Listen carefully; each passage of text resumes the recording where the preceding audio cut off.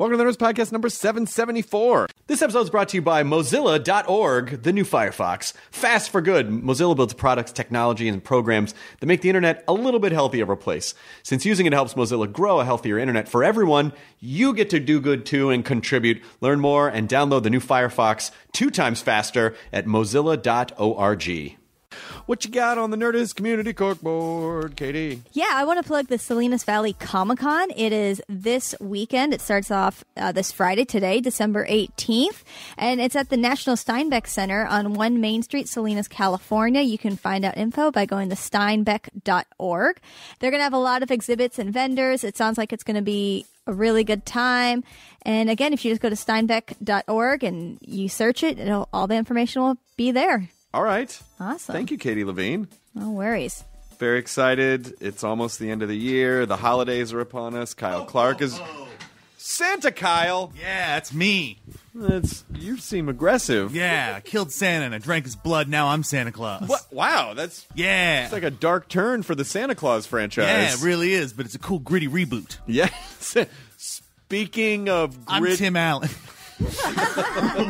You're watching. I just want to yell at it. I was about to say. I was about to peg that as the Santa Claus directed by the guest for this podcast, Quentin Tarantino. Oh, I would watch Tarantino's The Santa Claus. Oh God.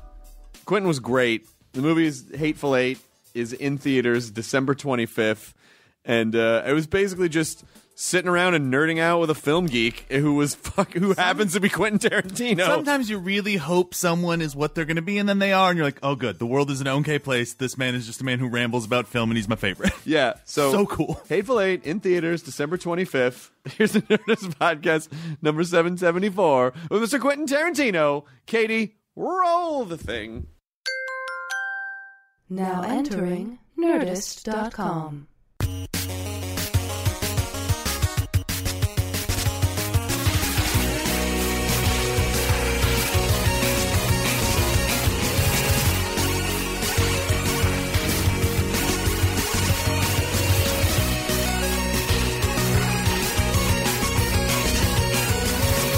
Hey, man. Hello, how you doing? Nice to see you again. You too. Welcome. Hey, this is Matt. Hey, Matt. Hey. Yes. Nice to see you again. Hi, Matt. Kyle, get the door.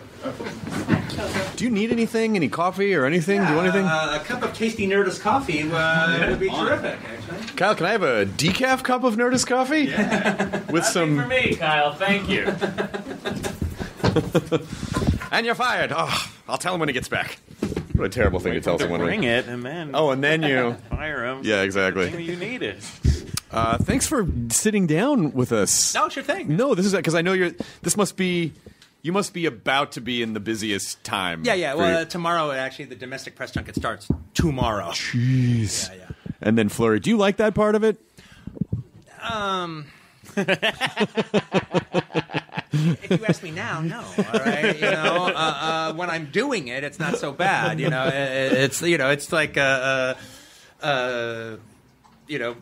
do you like the do you like a 10-mile run before you start? Right. No. Right. But conceivably, once you get into it, you hit the get zone. to drive, then you get on the other end of it, and you feel good you did it. Wasn't so but bad. But that 5 minutes before you start the 10-mile run, no, you don't like it And at all. halfway through when you want to throw up. Yeah, exactly. Maybe you throw up. Yeah, but then you've kind of done half of it already. Yeah. Hey, it was not bad. I only shit my pants once in that, exactly, one time. Yeah, yeah. it's not that bad. Comic-Con was really great this year. Yeah, it was a fun. And I was really honored that you asked me to moderate the panel, but I had no idea when the request came in. I was like, how does he even know who I am or how I do these things? I had no idea how you came upon me. Oh, well, it's actually, I just I know you do the Talking Dead thing, and I've seen that a few times. Never like watching it from beginning to end, but just seeing some bits of it and everything. But I really like you on At Midnight. Oh, thanks. I think you're really funny on that show. I appreciate that. Thank you very much. I first watched it just because I think Amber Tamlin was on it once. And yeah, she's a friend of mine. All right, so I watched. Hey, this is kind of a funny fucking show, And then if Bridget Everett was on it, and that was funny, She's amazing. Yeah, and so you've just been like, I just think you're just really funny on that show, and so they brought up a couple of people. that could do it. And I go, hey, well, how about him? He's pretty charming. I was so honored, and it was really fun. And one of my favorite things about it was that before we were talking about what you wanted to do and how you wanted to conduct the panel, and you said, well, we made this special 7-minute. It's been put on YouTube since. Yeah. We made this 7-minute film that sort of explains why we shot this in Ultra Panavision 70. Yeah. What the roadshow element of it, and but you said I really just want to throw it to fan questions as quickly as possible. Absolutely, yeah. And I think people really appreciate that, especially in Hall H. Well, they've been waiting there for a long time and everything, and then it always seems like.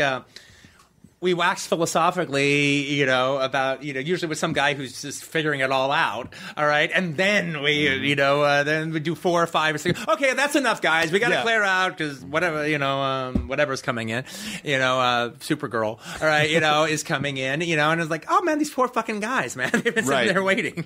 Well, a lot of it also has to do with the fact that sometimes you get panels. Like, a lot of performers really don't love talking in front of 7,000 people, and a lot of people don't.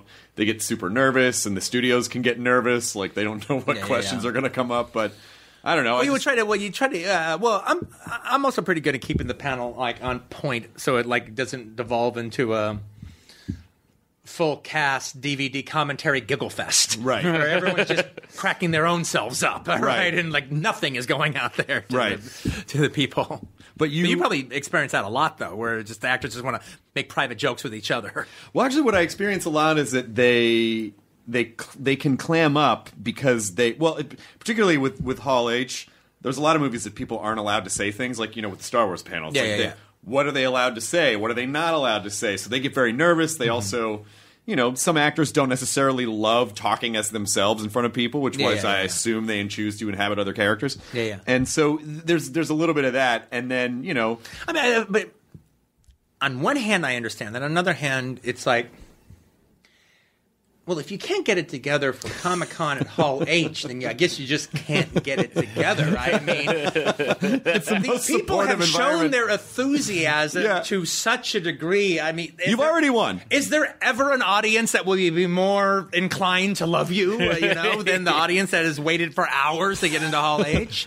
Were you a Comic-Con? You grew up in Los Angeles primarily. Did you ever did you go to San Diego Comic-Con? Absolutely, I absolutely did. It was just like those dudes on The Big Bang. It was me and the Video Archives guys. It was like one of the highlights of our year.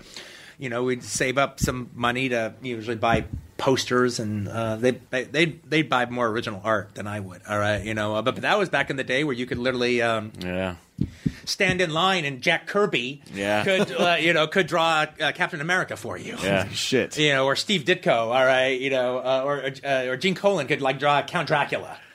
For you, or something. Steve Ditko could just do a quick Spider-Man, and all you just had to do was wait in line, and then you could actually talk to Jack Kirby, and if you were there for a couple of days, then he knew you, like, hey, it's that guy. How you doing? Hey, Jack Kirby. This is my wife. You know what I mean? Hi.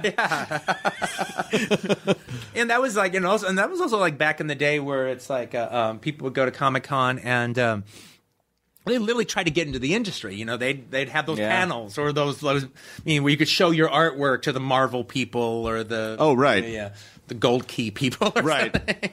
Work on this. You've read How to Draw Comics the Marvel Way. So you have all that construction. Exactly. Yeah. I know San Diego is it is pretty crowded. It's still a great con. WonderCon's pretty great too because it hasn't completely been taken over by industry yet. And so I even just a couple years ago waited in line and had Ralph Bakshi sign a cell from Wizards. Oh, wow, that's awesome. And he was totally just like talk to people. It was exactly that experience. Yeah, I did a forward. They did a book about Ralph Bakshi, and I did the forward to it, and he gave me this awesome cell from Coonskin. Oh, wow. All right, that has a Brer Fox, Brer Rabbit, and Brer Bear together, and they're walking down some Harlem Street. It's really neat. Holy really shit! Cool. So but you were born in Tennessee, right? I was born in Tennessee, but I was raised pretty much in Los Angeles. Got it. In Los Angeles County, yeah. So what was I heard George Lucas say something. Are we on, by the way? Yeah, this started a while ago. Okay. It just sort of eases in. Yeah, so apparently. Okay, good. I thought we were waiting for the coffee. All right, no, that'll happen. This is actually kind of good. We should start this. But I always feel like we should. By the way, I love how animated you were when you thought we weren't recording. Good for you. Because we talked, but it was the same thing where we talked, but I'd never met you before, and even just in the 5 minutes before the Hateful Eight panel. there was the last time I saw enthusiasm like that before a panel was Harold Ramis, and then you meet this, and then you see how excited you are. And go, oh yeah, he is just a legitimate fan of movies and just likes these things. He's just a fanboy. Well, we had it was funny because we had a whole big thing for Django Unchained at Comic-Con.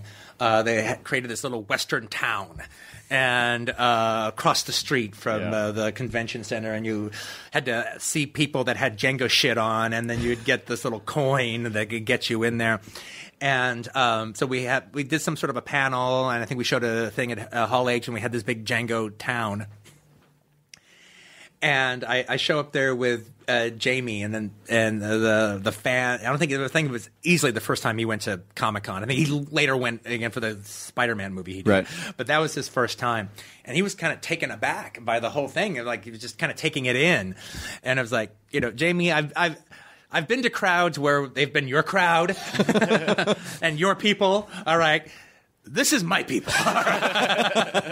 This is what it's like when you're with the Quentin's people. He goes, yeah, man, I see it. I see it. They might drool on you a little bit, but it's all out of love. Yeah, right. It is an incredibly supportive environment. No, but it was like, it's real fun to go down there. I mean, actually, it's also fun to be a director that has a situation where, on one hand, I'm considered a serious filmmaker, and the films, hopefully they do well both at awards, and hopefully they do well at the box office and everything. But I'm also a fan favorite. Mm-hmm. The teenagers know who I am and everything, and the genre fanatics, count my movies on their DVD shelves. Does that ever weird you out? I mean, because I think part of the reason that happens is people think of you as like, oh, he's one of us. Yeah. He worked at videos. He understands more about this specific art form than probably most people in the world, and he was able to use that to then express his love of him. So they see you as one of them. Does that ever weird you out that now some young kid is in a video store and like, oh my God, Quentin Tarantino came in and he talked to me for like a minute? Coffee's here, everybody. Yeah, coffee's here. Very exciting moment. Well, nothing would be more exciting if they were in a video store and that happened, but I don't think that's happening anymore, unfortunately. Maybe you should go to people's houses while they're browsing Netflix. Oh, you're streaming there, buddy, huh? Yeah, right, exactly. What are you streaming there? But no, it doesn't weird me out at all. No, it's in a good way. No, it's very it's really cool to have that. I mean, like one of the things that and I haven't tried to do it. It's just one of the things that I guess I've been lucky about. But it has happened, and it's kind of it's pretty groovy.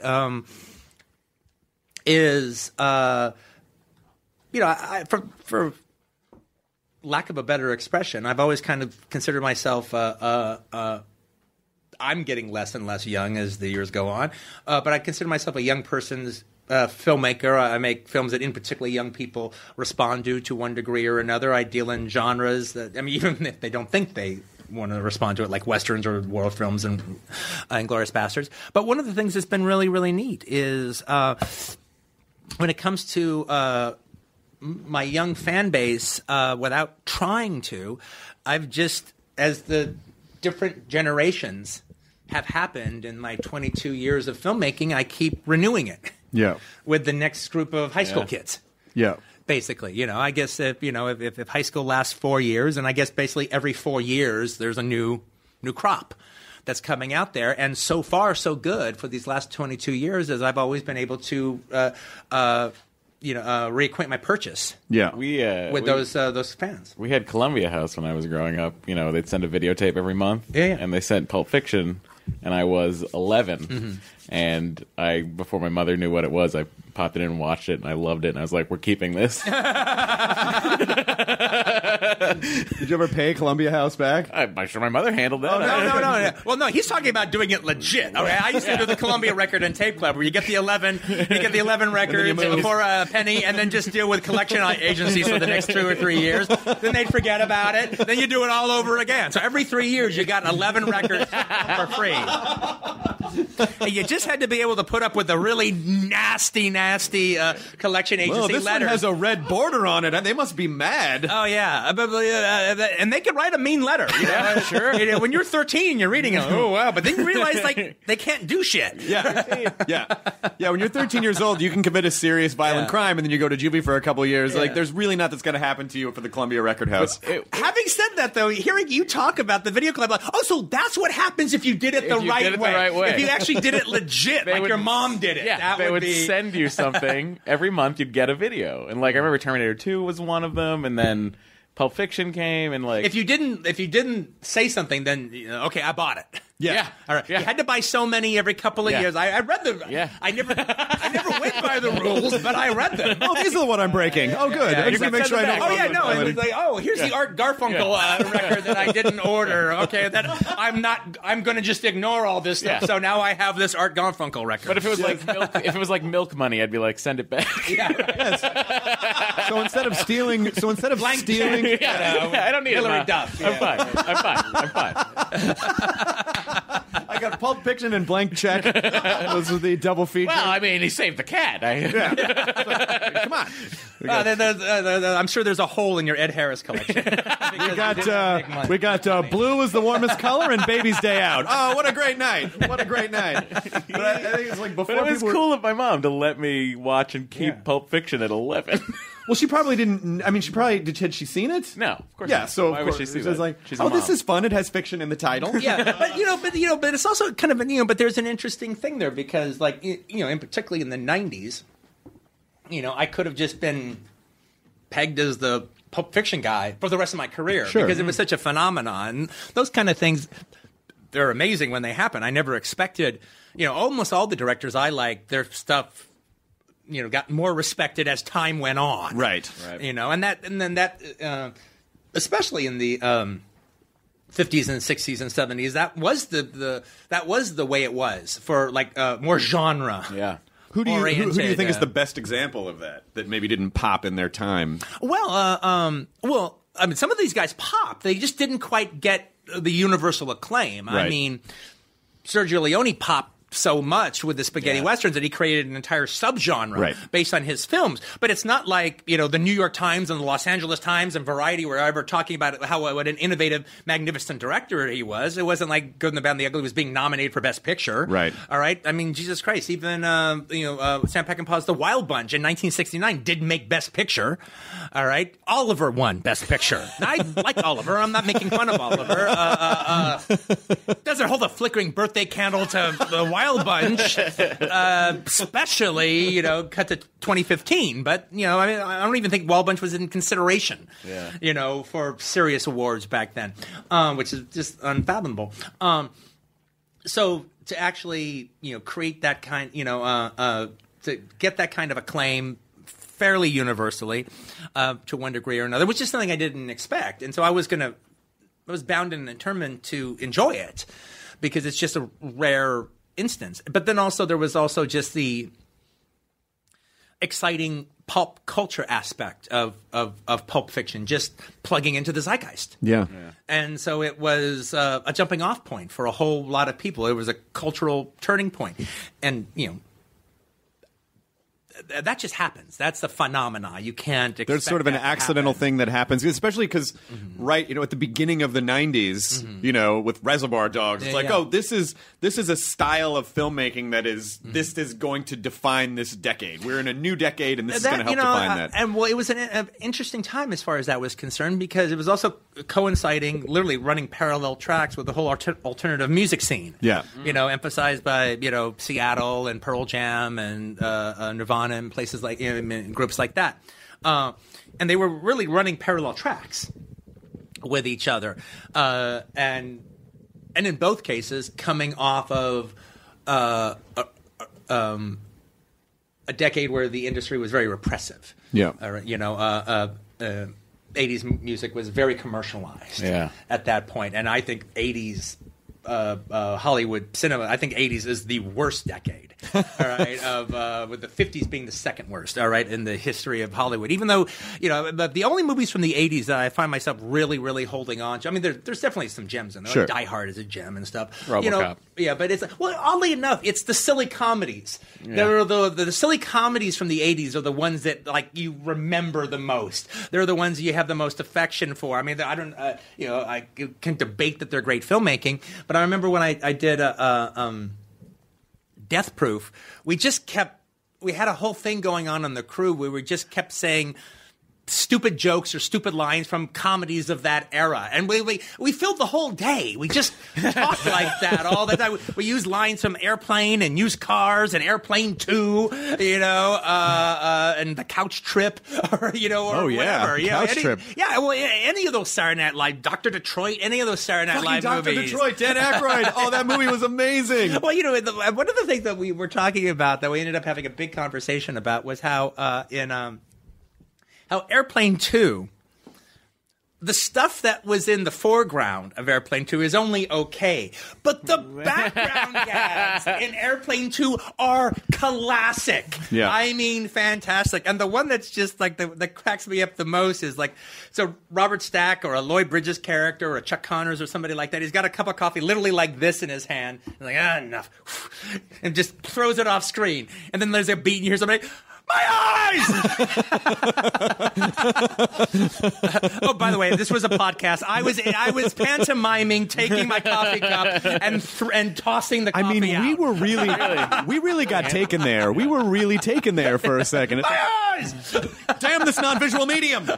These people have been deprived. Yeah, I know it is. And I got to see Airplane in a big theater, and every joke still holds up. Every joke absolutely holds up. Well, I own and program the New Beverly, yes. Here in You're doing a great job Los over Angeles. there, Oh, by thank the you. way. So I'm great. really proud of it. It's I'm great. really, really proud. And not to get too sentimental, it brings me a lot of joy. It really, really does. And I work even while I'm making this movie, I work my ass off on the schedule and getting it just right and whatever.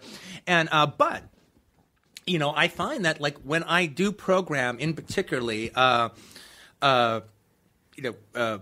comedy type movies, in particularly from the 70s and 80s. It's just the audience is just so appreciative of them. Yeah. They just show up and they have just the best time. I think we had a smash screening a little bit ago of Airplane and Used Cars. Oh, wow. They actually both opened up on the same day. Oh, I didn't know that. Yeah, back in I think it was either 81 or 82. I think it was 81, and Yeah. an Airplane was an instant.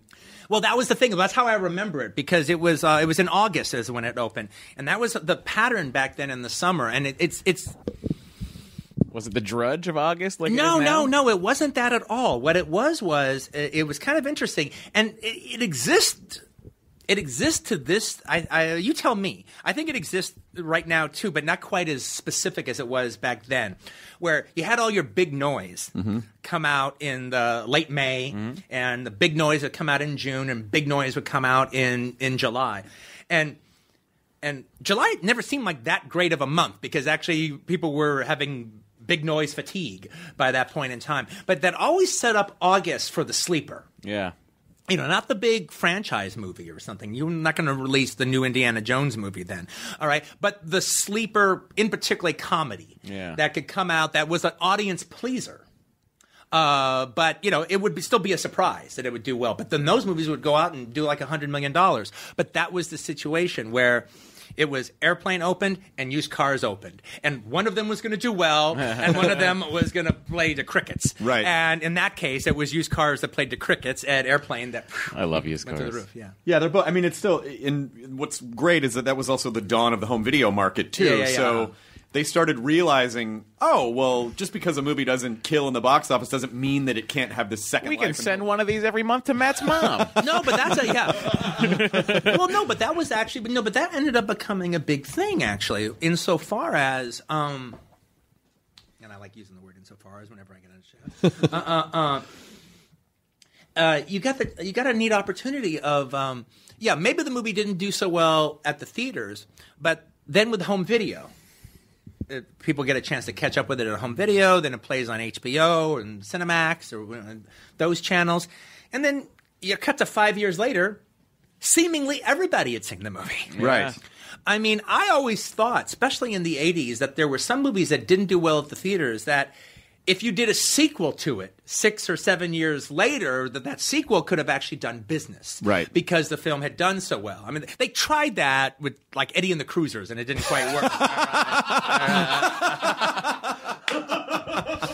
And if you've seen the original Eddie and the Cruisers, then you know, as good as Michael Pare was, it was all about Tom Berenger as the word. the dog said. The word man, all right? That was, wow, you can't have Eddie and the Cruisers Part 2 without the word man. Wasn't Rick Moranis in that? Like, He was? Wasn't Rick Moranis No, that's in Streets of Fire. Streets of Fire. You're Streets of absolutely Fire. right. I was mixing up my Michael Pare movies. But, like, for instance, though, well, you only had 2 to mix up, so that's all good. I picked the wrong one. At least theatrical releases, anyway. All right. But I remember not a whole lot of people. I don't really quite have the affection for this movie that I had then. And I think the only reason I had the affection for it was because it was just so fucking weird that I couldn't even believe anyone made it. But in the 80s, they came out with that movie, Buckaroo Banzai. Yes. All right. And I remember literally seeing the first day of Buckaroo Banzai that evening, and literally the audience not knowing what to make of this. Right. What the fuck are we watching? And even I was saying, what the fuck are we watching? But I was still kind of appreciating it. But, like, there's no way you can even remotely understand Buckaroo Banzai from the first viewing of it. So imagine sitting, you know, at the UA in Westwood, the Friday night date audience. They're like, what the fuck is this shit?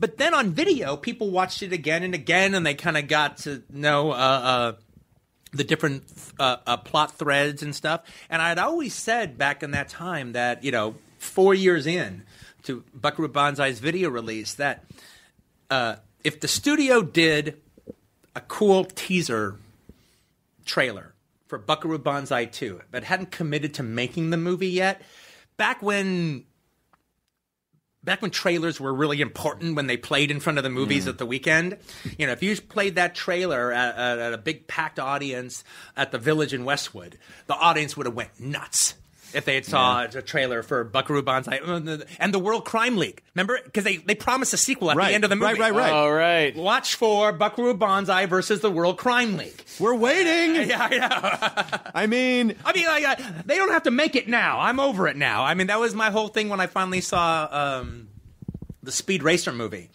So I saw the Speed Racer movie, and I'm not really digging it, but they are committing to doing the weird mythology of Speed Racer to some degree or another. And so I'm watching it, and I'm like, well, you know, I waited a long, long time to see a Speed Racer movie, and I wish they could have got their shit together before I was 48. I'd been watching Speed Racer since I was 6. They could have got their shit together before I was 48. I don't know if they would have. That was 40 years they had to get their shit together. I don't think the 80s would have done well with a Speed Racer movie, though. Peter Weller would have been a perfect. Peter Weller would have been Racer X. Yes. Johnny Depp would have been Speed Racer. Peter Weller would have been perfect Racer X. I beg to differ, Mr. Hart. Okay, you know what? I bow to your superiority. That is absolutely. I love it. Actually, when in the early 90s, We should still do that now. Well, in the 90s, I actually read the reason I know who the fuck he is.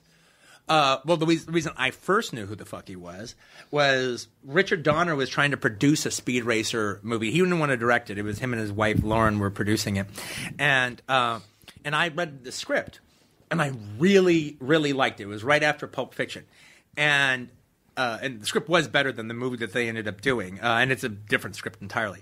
But they really captured it. They captured the comic book. You know who wrote it? J.J. Abrams. Oh my God. His script was terrific. That's how oh yes, the guy who wrote Regarding Henry. You know, and it just never. They just never got it off the ground. But he cracked it. What's he doing now? Is he available to do a thing? Yeah, he's got some on. He's got a space movie coming out. That's his end game, is to get the Speed Racer movie made.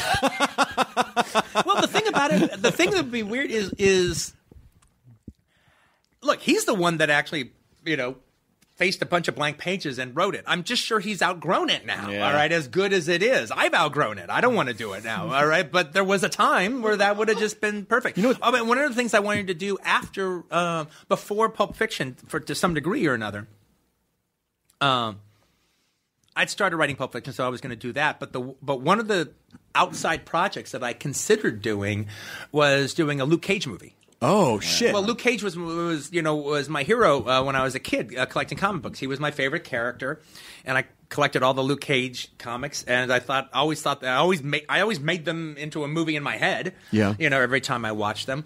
And that was actually the thing about I really liked about comics is, especially when I was younger, as opposed to reading novels and turning them into movies, which I do to this day. I can't help it. Every time it takes me a while to read a novel to some degree or another because I'm always making it into a movie, and I'm literally figuring out how I would structure it. But I used to do that with comic books, and so I didn't really respond to comic books like Doctor Strange or anything like that because I just couldn't imagine how you would film all that stuff, and I never even really figured out how you could really do Spider-Man just the right way with the way. His running monologue that he has as he kicks 6 guys' asses. I never kind of figured out how to do that. So I always liked the comic books that were a little bit more closer to movies anyway, like Werewolf by Night or Tomb of Dracula or Morbius the Living Vampire, Sergeant Fury and his Howling Commandos. Those were Luke Cage. Those were the comic books that I loved the most because I could see those as movies. Shang-Chi, Master of Kung Fu. Those were always my favorites, and I always was making them into movies in my head and casting them and stuff. Well, and why did you never do any of that? Well, the thing is, in the case of Luke Cage, it was my comic geek friends that almost talked me out of it because I thought Larry Fishburne back in the day would have been a great Luke Cage. And they were talking about Wesley Snipes. And I could see them both. But it was like, I think Fish would be better. And they go, yeah, but I mean, look, he could work out and everything, but he doesn't have the bod, that Wesley Snipes has. And Luke Cage needs to have the bod. And I literally was so turned off that would be their both starting and ending point. Right. That it literally put it, I don't know if I'm ever going to do it, but it literally put it in my head that if I do a comic book movie, it should be an original character. It should be something I create rather than try to fit in. To a canon and get in all the... Yeah. I mean, but I think that's what's so... One of the other reasons why I think you're so embraced by our particular subculture is because you constantly seem to make choices just because you want to do them, and it doesn't feel like you've ever been seduced to cross over. Like, you really just make... It seems like you just... he wanted to write about this, so he wrote and directed this. No, there is that aspect of my filmography which I don't... shouldn't be that standout, but as time has gone on, proved to be quite standout. I'm just drawn to whatever the next subject, the next group of characters, the next genre that I want to explore is. And then I have a lot of mania for it at that time. And especially,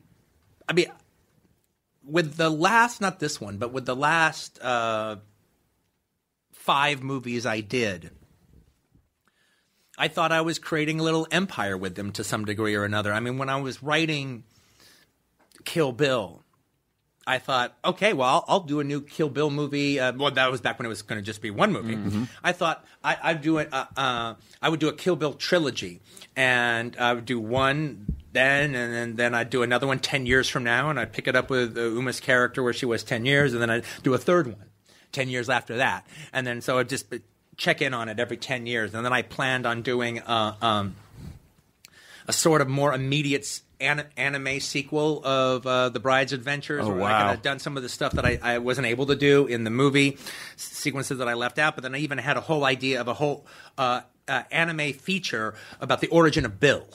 and his whole story. And, you in the course of Kill Bill, you meet the 3 different father figures that he had, i.e. Hattori Hanzo, Pai Mei, and then Esteban Vallejo. And you would see how all that happened. You'd see how Bill got turned over to the dark side to some degree or another. Hattori Hanzo is sort of the Obi-Wan Kenobi in that situation, but Pai Mei is the Darth Vader, he's more evil and takes him into this dark place. And, Bill... I never really elaborate on it, but to me, Bill was like a master villain, like a Fu Manchu, right? Type of kid, like the way Fu Manchu is in Shang-Chi, Master of Kung Fu. Yeah, he was one of the great, or Fantomas out of France. Like the great or Kingpin in Daredevil. The overlord, all right, of crime. So that was kind of always my conception of Bill. But then after I get through doing Kill Bill, I'm fucking sick of it. All right? And you got to move on. Me and Uma are sick of each other. We're sick of it. And, we need a break. In the case of Inglourious Bastards, or in the case of Grindhouse, if it had been successful, we talked about, every 3 years we'll do another Grindhouse thing, and that didn't happen. And then in the case of Inglourious Bastards, I can do a prequel of Inglourious Bastards where, before that happens, where they're fighting, and then I can do this, and then I could do after the war, Aldo and some of the bastards are fighting the Klan. That'd be great. Django, Django, I really considered, I didn't really want to do other movies of Django per se, but I like the idea of Django having other adventures, and I explored the idea of doing a Django paperback, a series of Django paperbacks, where it'd just be other adventures.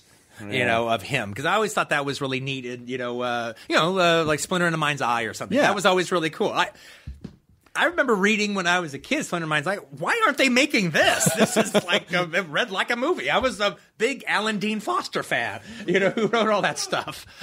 Well, I'd like to see a Schultz backstory. Well, I did. I don't know if I was ever serious about doing it, but I wasn't so much interested. A Schultz backstory would be cool. I still had more Schultz Django adventures I could have gone into. He was my favorite. I'll say this. I've said it before, but he was my favorite movie character since Quint.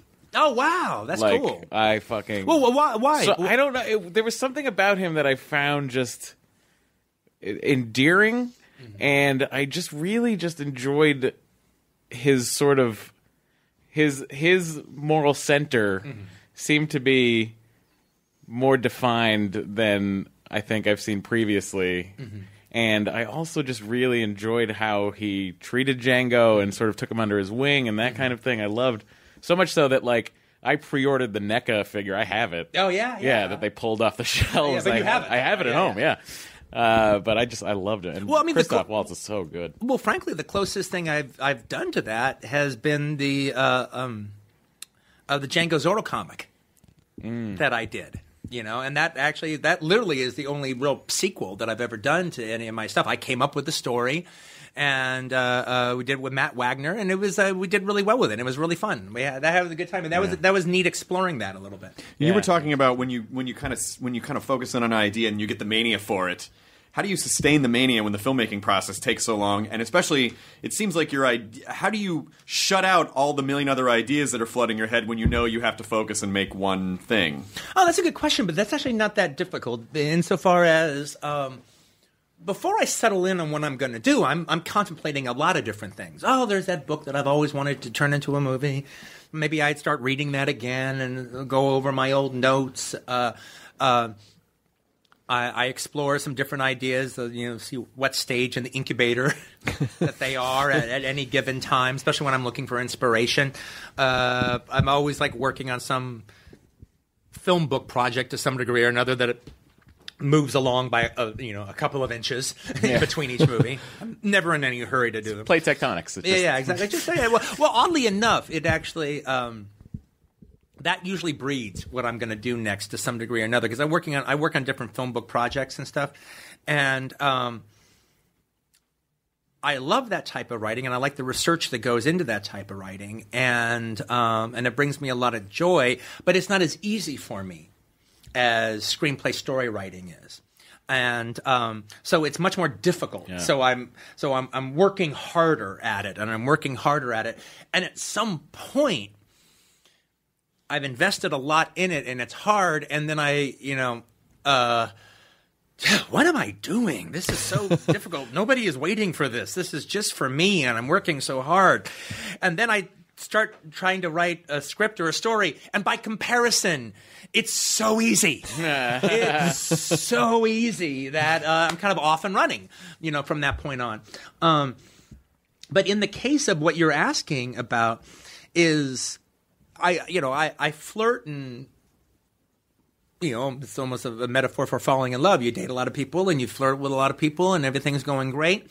But then you meet the right one. And once I realized that,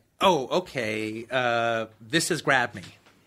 And, this is genuinely legit. And now I'm thinking about music choices for it and trying to find different music choices for it and web spinning about it. And maybe it gets me to actually start writing a little bit.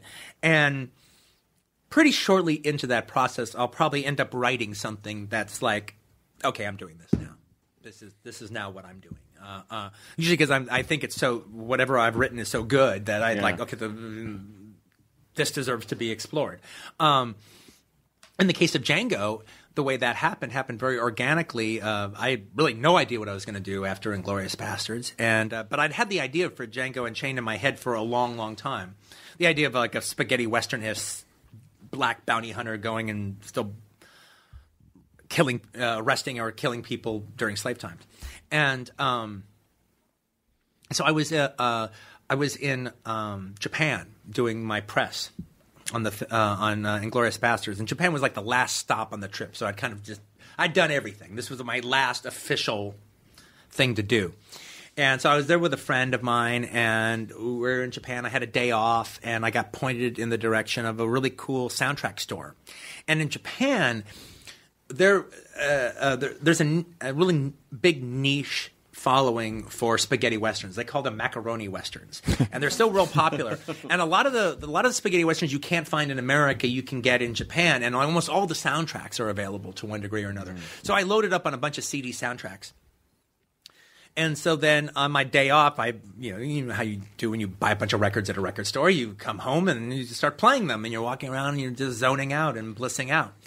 And so being bombarded with all these Morricone, Riz Ortolani, Francesco Damasi soundtracks, I ended up sitting down. And I didn't even have – normally I have my notebooks with me and shit, but I didn't have anything. So I literally was using the hotel stationery at the, Tokyo Nikko or whatever it was, and wrote the opening scene of Django Unchained, where, they're on the chain gang. They're walking through, and then the wagon – shows up, and it's Schultz, and he's looking, and he has the conversation with the Brittle brother or the Speck brothers, and pretty much the way it is in the movie was how it was written on the little desk in the hotel room on the hotel stationery, and it was a good scene, and it set it off, and I wanted to know more, and so I knew halfway into that scene, I guess this is. Django Unchained has been in my head for a long time, and I guess now is the time. Wow. But that's an interesting way to put it. You said you wanted to know more, almost as though, like, as you're writing, you're sort of – the writing is – you're discovering along as it's coming out. Well, I think that's really is the way you really need to do it. Now, once I got done with that scene, I mean, it's one of the benefits of starting with a classical on its own scene, like the opening scene of Inglourious Bastards or the opening scene of Django, that can literally be a scene unto itself. Now, where do I want to go from here becomes the question. But in that moment, at that situation, that's just good enough. Right. That is on its own. And what I've learned as time has gone on is for a long time I tried to think out everything in the story, even though I know things would completely change as I go on. However, now I've realized that it's not really it doesn't do me much good to think too much past the middle. I mean, I might know where I want to go. I mean, I write genre pieces, so you have an idea what the third act's going to be, and Kill Bill. I guess she'll probably kill Bill at the end. She's got a list. She's going to work down the list, all right? So the big choice is, well, who's who on the list, all right? And even that I fucked around with, all right? But a genre movie, you think you know where you're going, and you're probably right, and you have an idea of how you might want the ending to end as for both a movie and for an audience. But for the most part, you can kind of work out more or less what's going to get you to the middle. But to think beyond that is kind of silly because by the time you get to the middle when you've actually been writing it, well, it's a different story now. It's a different thing now. Now you are the characters. You know the characters. Things that you could never have known before you started writing are now, they're in your blood. It's like this entire, there is a mythology to my movies to some degree or another. And that mythology is delivered as I write. And I might have a checklist of things that I might want to do during the course of the time, but some of them, become irrelevant.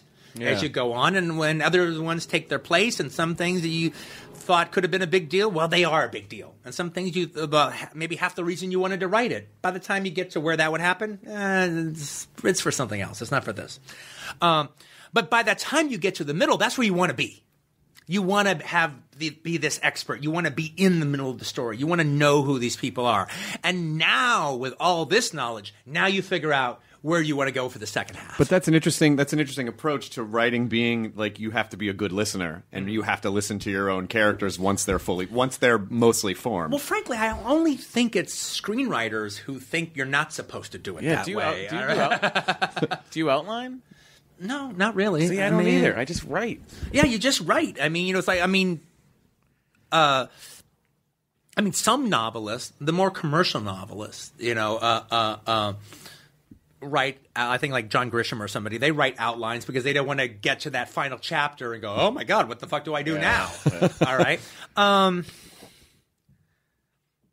I trust in, oh my God, what the fuck am I going to do now? Mm-hmm. Right. I think that is part of it. Now I don't write a novel a year the way he does, and there's a reason for that.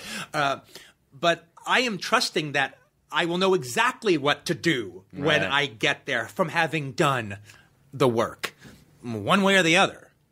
But it's that trust. You have to trust. You have to trust, that it's going to be there. Yeah. When you reach out. It's unfortunate that when you were talking about buying albums and kind of soundtracking and listening, it's unfortunate that people don't listen to albums the way that they used to, because I remember being in college and not just loving the movie, but listening to the Reservoir Dogs soundtrack was in my, like, that CD, just because of the way it was DJ'd and the whole, it was a whole experience, and you kind of needed to listen to it that way, and it completely sucked you into the world.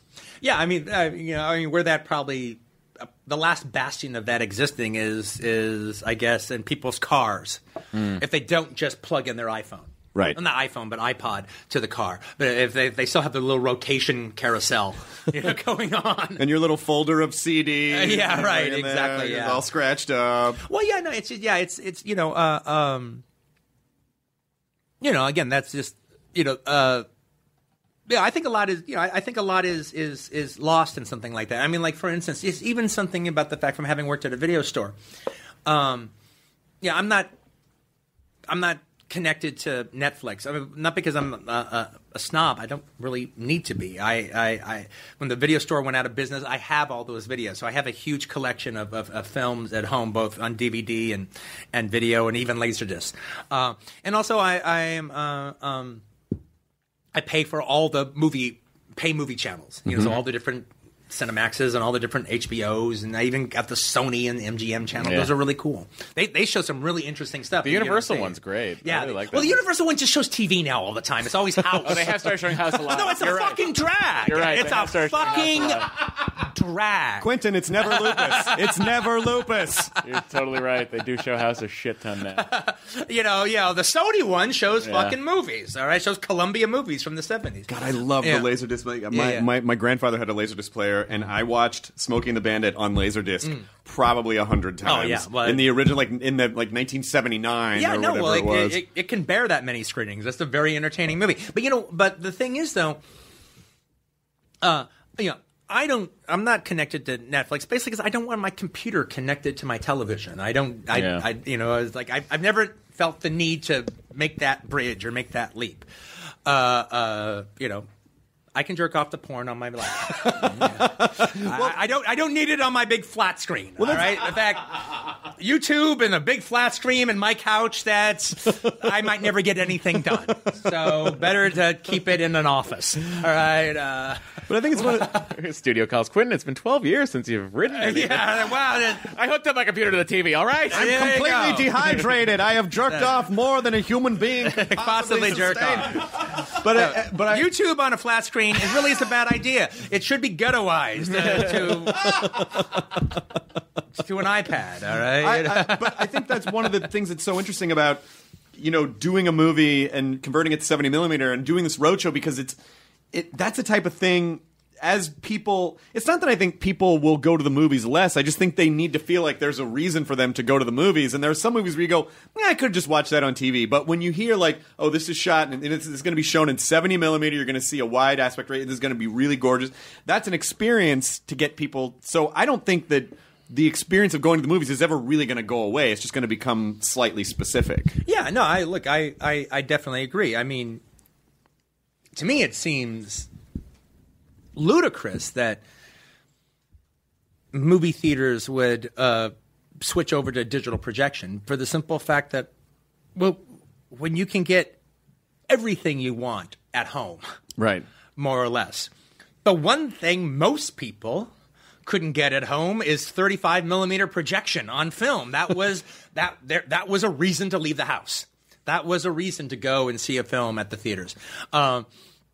So now that it's just all this bright, clear digital, it doesn't really look any different from a lot of people's big screen TVs any old way. Right. I mean, you really gotta really think long and hard about, well, why exactly am I leaving the house? And usually I guess the answer now is, well, I really want to see that movie right now. I don't want to wait. Yeah. I saw Creed the other day because I wanted to see it right now. I wanted to see Stallone play Rocky again, and I didn't want to wait to see it on Cinemax or Showtime. But but a whole lot of movies I can just as easily wait until they're on that system, and I'll watch it there. And I'm hard pressed to, there's the random comedy every once in a while. One of the last times I noticed something like that actually made a difference, though, was American Hustle. Mm-hmm. Because I saw American Hustle within the first 2 weeks of it playing, and it was one of the best times I had at the movie theaters. The audience it was hilarity. I mean, everyone enjoyed it so much. It was so funny. There was kind of rolling laughter to it. It had a really good end. You didn't quite see how good you didn't quite know it was going to have the ending it had, and then it built up to it and it really kind of laid you low. And then it was just a rollicking experience. Whenever I talked to some people, and they were like, it was good, but I really didn't realize how everyone's going so nuts for it. I'd start asking them questions. They didn't see it at the theater. They watched the Academy screener. Right. Mm-hmm. Home Alone. Yeah, they watched it. They watched the Academy screener. Yeah, no, it's good. It's a good movie. I mean, don't really understand why everyone's making a big deal about it. But then if you saw it in a movie theater, it was one of your best experiences you had at the theaters that whole year. Well, yeah, I mean, I think... I felt the same way about Get Him to the Greek. Oh, yeah. Get Him to the Greek. I saw it at the Vista, all right, on the Saturday it opened. I mean, it was hilarity. People literally were rolling in the fucking aisles. Well, I think that's what people forget, that there is a certain aspect of it, a film that's communal. Yeah, right. Like you go see it with other people, you commune with other human beings, and But well, unfortunately, I would love to make that case. I don't see the cause and effect being that drastic, all right, unfortunately, to the detriment. I don't see that cause and effect being that drastic, except for a couple of exceptions like that. I mean, as much as I like Creed, I wasn't as into the final fight as I was Rocky 2. Right. All right, where I'm like, yeah, so I mean, conceivably, I could have waited, for Creed and watch it on Showtime, but I actually just wanted to see it right now. Mm-hmm. Yeah. So I saw it. So if there was any movie that I thought could open around the same time as Star Wars and still do okay, it would be one of your films. Like, as soon as I heard it was like 25th, I was like, oh, actually, I think Quentin's going to be okay, you know, because we are limited, all right, thank God, all right. Yeah, but it's still such a, it's we're getting on the board, all right, and then, like, you know, come January, we start swinging our dick around, all right, but on the 25th, we're just, you know, hey, we're here, guys, you know, we're officially on the board. Well, Tim Roth was here, and he was talking about shooting the movie, and he was saying, like, the thing about the way you were shooting it was that, it was like, he essentially said, you couldn't just stand around while the other person was acting, because he said because of the aspect ratio, like, everything was in. You were almost, like, you were, they had to really learn how wide everything was. Well, it was actually really, and he loved it. Well, it was really interesting in that regards. And it's like one of the things when I watch the movie, it's one of the things where I look at and I actually can notice, oh, wow, that's, I wasn't thinking that much about it when I was doing it, because I was just, you know, part of movie making, or I guess any kind of creative endeavor is, you know, you're not thinking that much about it. You're just you're responding to it. You're dealing with it. You know. So it's like, okay, now we're going to do this shot. So then I don't have gigantic storyboards that say exactly where the frame's going to be. I think I know what I want to do, and I usually come up with a shot list, unless it's a big deal shot, that morning, after we kind of rehearse the actors a little bit. And but then we gotta place it, and I gotta frame it. Okay, there, it's like he's in there and that's in there. So, but it's more osmosis. I'm dealing with it at the moment. But when I look at it after the fact, it's one of the things more than the other movies that I've seen where I go, oh wow, I've become a better director over the course of the years, and I can kind of see it in this movie more than the other ones, because of, like, literally just things like, I think my framing always was pretty, my compositions were always pretty good, but just kind of the blocking. It's the blocking, which is the thing, and it's kind of invisible, and I wasn't thinking about it that much. But in this movie in particular, because the frame is so big, and also because it is a claustrophobic situation, a tense situation, dealing with these people trapped in this room, that there's the foreground play going on, whatever actors are in the foreground of the composition, and usually that means you're following them and they're talking and they're dealing with them. But then there's the actors in the background who are doing something else. But both plays need to be followed. So when Bruce Dern throws a cup of coffee and you hear, my eyes! My eyes, yeah, exactly. Yeah, well, here you would see my eyes. You'd see a guy get hit in the coffee. All right? Unless I don't want you to. Yeah. Right? Unless I don't want you to. And there's a big section in the film where I have to ignore everybody else because you can't see what they're doing at that given moment. But for the most part, you really kind of need to follow where everybody is. And if I were to take you, Chris, and stick you in the movie by the bar and say, walk to the potbelly stove, you've got to know your geography of this place to know where the potbelly stove is. And I think most viewers would be able to do that. Yeah. How do you, when you have such a strong point of view about what you want to do, and then you have this amazing team of actors, how collaborative is it with them? Like, what are they bringing, and what are you taking to them, and what are they bringing to you? Well, for the most part, the script is the script. And so we're all working from the same page, literally, as far as that's concerned. But then, but usually that script was written in my bedroom months and months earlier. But, now we're on the actual set. Or now we're shooting in the woods or whatever, like it would be in Hateful Eight. And so now you can take advantage of, there can be disadvantages, but there's also advantages, and it's your job to take advantages of them. I won't use Hateful Eight as an example, but like just when you're making a movie, maybe you have a scene that takes place in Joe Schlemoka's house, and so you look at about maybe 4 different houses. And you imagine a couple of the scenes that are written, how they would take place. If I actually always try to, even if I don't like the house, I try to imagine how, if I had to shoot it there, how I would, because it actually gives you some eyes into your material, sort of fresh. And so maybe, you hadn't ever thought about this in the writing, but maybe they have a very interesting staircase in the house. And so now Joe Schlemoka and Joe Schlemoka's wife are having some sort of a confrontation or something. But now it's different because there's a staircase. I can maybe put her up there.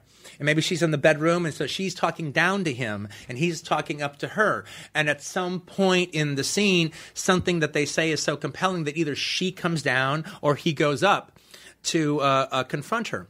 Now, no, that but now literally just being in that room and contemplating that staircase, all right, allows the scene to have a different vibe that could go on. And maybe you don't even like that house, but now I know I need a staircase. Right. Well, and then that's listening to your environment. You're listening. You're paying attention to your environment. And then, but like, okay, it's me paying attention to the environment. It's me figuring out how I can create different dramatic tensions depending on the stage itself, but just also dealing with the actors, and the reality actors can add actually the exact same thing. Well, now we're here, and let's go through it. And it's not just okay. And now at this point in time, you walk over to the wall. Well, why am I walking over the wall? Because I fucking told you to walk over the wall. All right. Yes, sir. Why am I walking over the wall? Is a legitimate question that me as the director and the writer, especially as the writer-director, should be able to answer. You need to answer every question. Oh yeah, other than it's just a cool shot. Right. And look, and it might actually be that you've come up with some interesting version of coverage that requires him to be over there and him to be I'm pointing at one side of the wall in this way, and I'm pointing the other side, and this fellow over there needs to be over there. And that can be legitimate, but they have to get there in an honest way. Right. And that's not just to serve a cool shot. Absolutely. I mean, if it is, you really need to start thinking twice about it. If that's the whole idea. But those are all the things, frankly, that those are the textures that give scenes depth and make them dense and make them really chewy. It makes them, there's a lot of there hopefully, if you've done all that work. And there is an aspect that, as literary as my scripts can be, they are surface. It's surface. It's good surface. I'm real proud of the surface, and the surface can,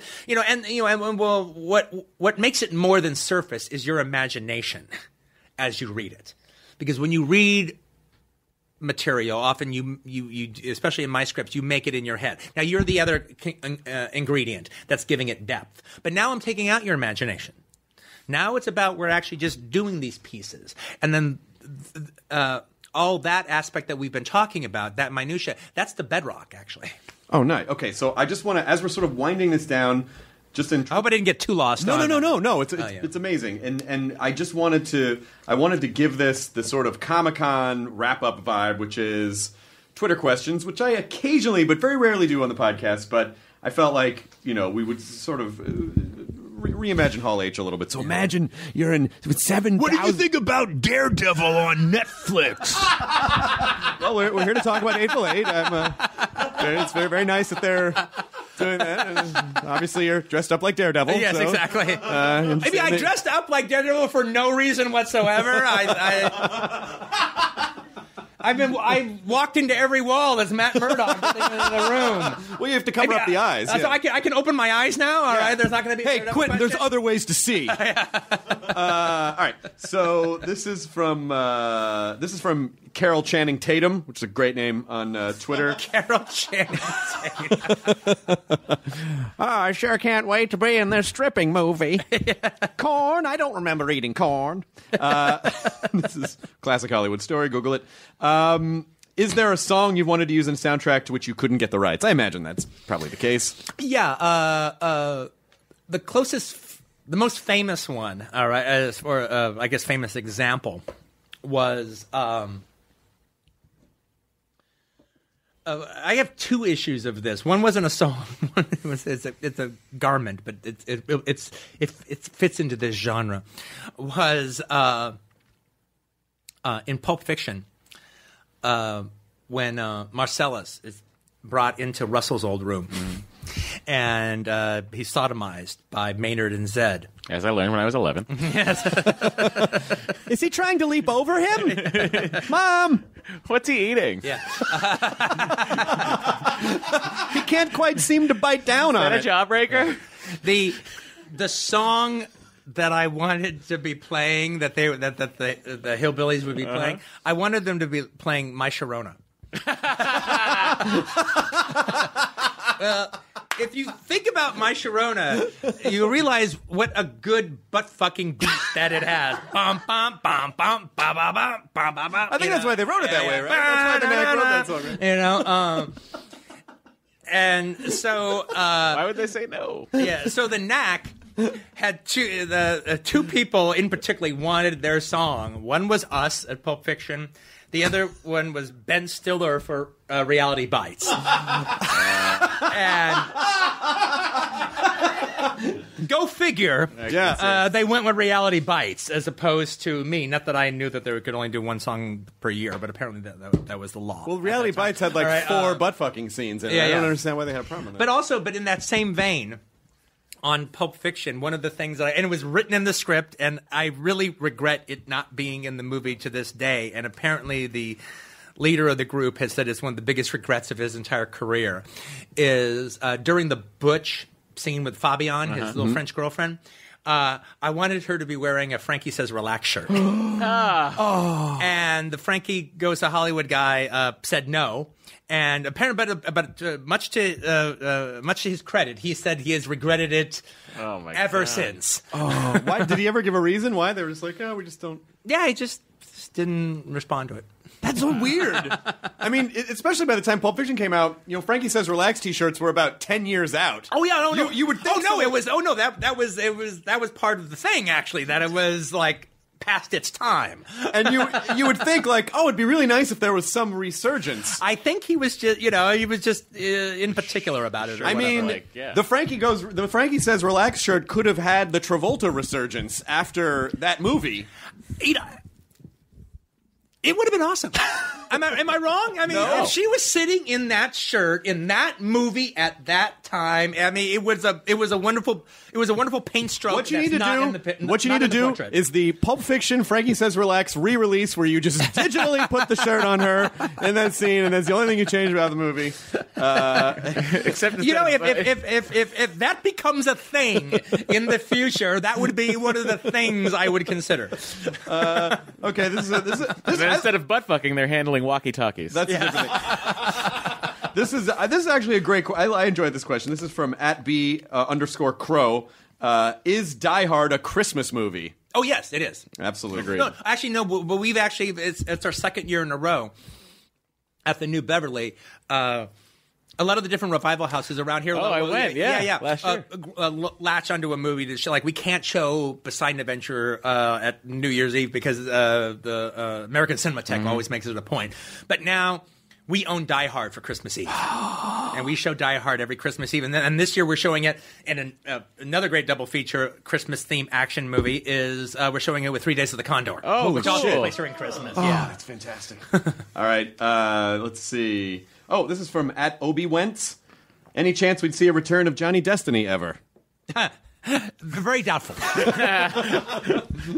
Destiny turns on radio again. Yeah. Part 2. All right. You already talked about song. JRed5 says, if the opportunity was you could direct a Star Wars movie, what type of story would you want to tell?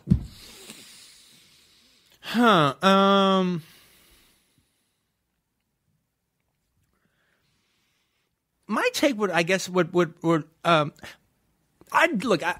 the actual answer to the question is I would be more inclined to do a Star Trek kind of thing rather than Star Wars. And I like Star Wars and everything. But so what would you do with a Star Trek movie then? Let's workshop this right now. I'm ready. Well, frankly, to tell you the truth, I mean, one of the things that I haven't considered it like I'm going to do it. All right, but I did web spin a little bit about the idea. Like, I'm definitely a fan of the original series, and I'm definitely, in particularly, a fan of William Shatner. Great. I mean, that's my key into the series is William Shatner. And one of the things I liked about J.J. Abrams' movie was the fact that I think they kind of ended up.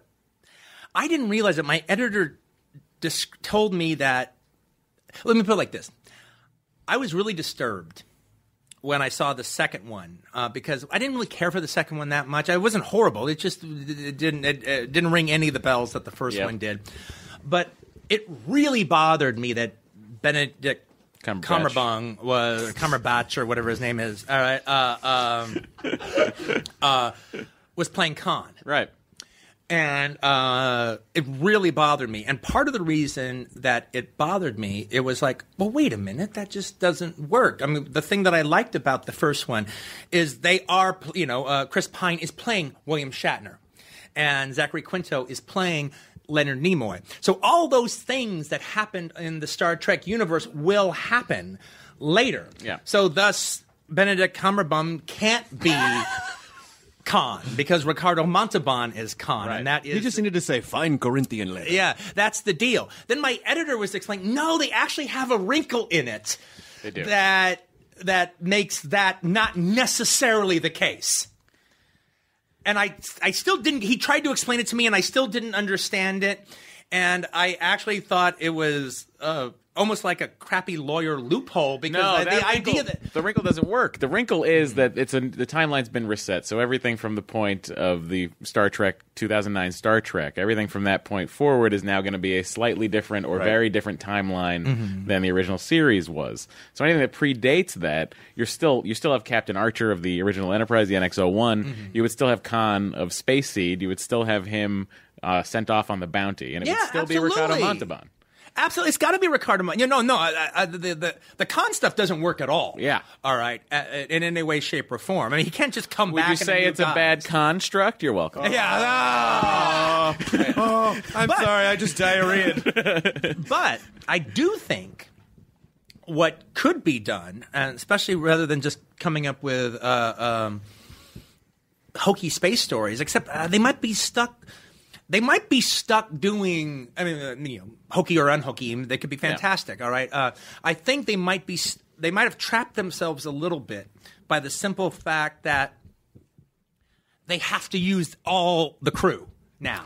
Right. In all the films, they've established it so much that you need Uhura, you need Scotty, you need Bones, you need all that stuff going on all the time. Everybody has to be represented in some big story where they all have to deal. Where I actually think it could be cool because some of those episodes are fantastic, and the only thing that limited them was their 60s budget and 8 days shooting schedule. And even having said that, they did a magnificent job. But you could take some of the great classic Star Trek episodes and just easily expand them to 90 minutes or more. Right. And really do some really amazing stuff. The obvious one would be Sitting on the Edge of Forever, but that's what everyone would go to. But there's a reason why everyone would go to that. It's one of the classic stories of all time, and one of the great time travel stories. However, in thinking about that concept even further, though, I think one of the best episodes of Star Trek ever written was for Next Generation, and I like Next Generation. I'm no way am I the fan, or have I seen even remotely as many as I had the first season. But there was that episode, the Free Enterprise, which is the one where it was actually written by a fan, frankly, who had been working on the show. And they said, well, you should write an episode. And he wrote this episode that was fantastic. And it was like, I think in the second season, and Denise Crosby's character, Tasha Yar, had already died in the first season. And Whoopi Goldberg was now on the show. Yep. And they get to a distress, they're responding to a distress call from an Enterprise ship that was protecting a Klingon ship that was being attacked by a bunch of Romulans. Yesterday's Enterprise. That's season 3. Yeah. Okay. And I'm back. Okay. Yeah. I actually think that is one of the greatest, not only space stories, but the way it dealt with the mythology. Oh, of the whole thing. I mean, it was just, and like that actually could bear a 2-hour treatment. And filling in the blank of the Enterprise C and like what that was like. Because the whole thing on that episode that was so cool is they save this ship. But little do they know, by saving this ship, it's actually in a different time period, but they don't know that. So they save it and they bring this crew up on board. But what ends up happening is because they screwed up with the timeline, everything changes, and you realize, but the characters don't know it, but we know it because and Guinan knows it because she's got a sixth sense. Yes, exactly. And the thing about it is it turns out that the Klingons and the humans on Earth have been having this like 100-year war, basically, that's been going on, and it's just the bloodiest war imaginable in the history of any universe.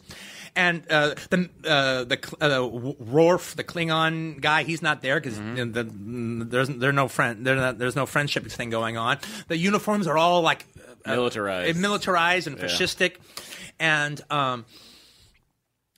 so literally, once they start piecing together what's going on, they realize that by them. That obviously what was going on is there was definitely tension, as there always had been, between the Klingons and the Federation.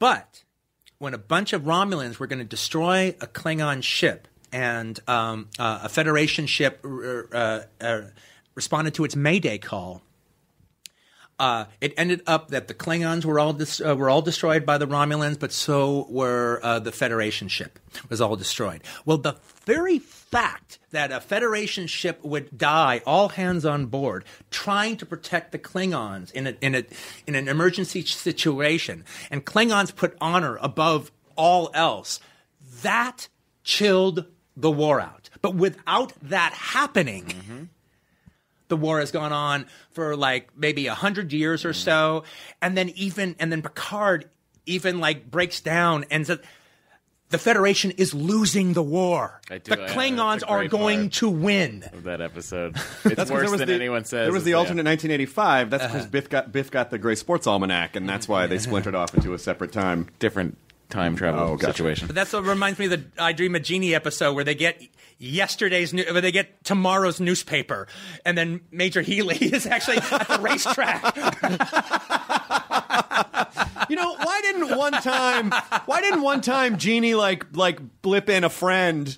Yeah. Like a hot friend for Major Healy. He was such a hapless. It's like, hey, Tony, maybe could a buddy get laid once in a while? Like there wasn't one time. Okay, this is the last question, then we'll let you go. I think this is a great question. This is from @Andy Catfield, who was @Matt Failed, who's Andy Catfield on Twitter. What's your favorite death scene you've done? Oh, that I've done. My favorite death scene. Huh. That's interesting. What would be my favorite death scene? I'm thinking.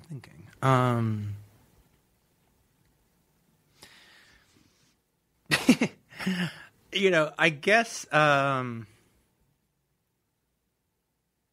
think the funniest one is Marvin getting his head blown off. All right, in Pulp Fiction. I'll put that up with Buster Keaton and Tati and Laurel and Hardy and the rest of them. All right, the rest of the greats.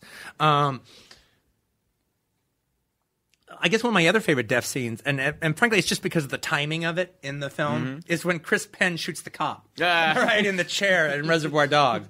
Well, he was going to kill the cop. Oh, you mean this guy? Boom, boom, boom! And just the timing of that squib is just perfect. Well, Hateful Eight opens just December 25th, Christmas Day. Great day to go see the movie. How many? Is it screening at the New Bev on Christmas? No. We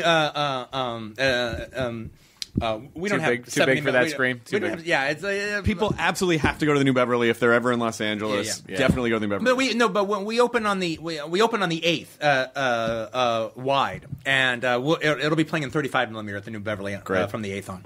Excellent. Love it. That's where I saw Django, and it was the greatest. It was fun. And then you're going to go make the and usually when you see it at the New Beverly, you'll see it with awesome trailers, a trailer collection that I put together particularly for the Hateful Eight. Exactly. Oh, that's fantastic. So then you're going to do that, and then the next one you're going to make Yesterday's Enterprise into a movie. That I think that was. Look, I've considered that. Ultimately, it's not worth me spending a year and a half or 2 years of my life on it. But somebody should do it. We'll split the time. Somebody should do it. And then, but you would agree though that would make a great movie. That'd make a fantastic movie. And then you can, if you want, you can come direct my comedy special in January. Right? Of course. Yeah, okay. Yeah, you'll be done. What are you talking about? Timing will be great. Oddly enough, I didn't direct it. She did, but I was there. I was a producer on it. I I produced Julia Sweeney did a movie version of her one-man show, God Said Ha. God Said Ha. I saw the live version of it. Yeah. She's wonderful. Oh, she's terrific. And I produced that movie, so I was there when we did it and everything. So I asked, so it was she officially directed it, but I said, why don't you do that one more time, just for like a performance thing? Oh, that's awesome. Yeah. Well, I cannot thank you enough for being here. Oh, it's fun. You've been more than generous with your time, and I'm excited about Hateful Eight, and it's really been great. You know, next year we have more. Is your brain already onto your next? No. That's kind of how that's how it works for me. Like I was describing earlier, it's like it's about this, and then when this is over, it's like, okay, it's over. It's officially over, and then I start getting caught up in whatever fixations that I have when I'm free, and then you looked at me like strange with it. But then I just start figuring out what I'm going to do next, and like I said, I kind of explore a bunch of different things, and one takes hold. But I never quite know what that is. Can I borrow the pussy wagon? I have the pussy wagon. I know. Can I borrow it? Conceivably, that could happen. Just take my wife out of the town, and that could happen. I'm not saying it's going to, but it could. We live in a universe where that is possible. We end the podcast by saying, by telling people to enjoy your burrito. That's our kind of sign off. Would you sign us off the podcast? Okay, with enjoy your burrito. That's it. Yeah. Okay, everybody. This is the end of this podcast. Enjoy your burrito. Well done. Now leaving Nerdist.com. Enjoy your burrito.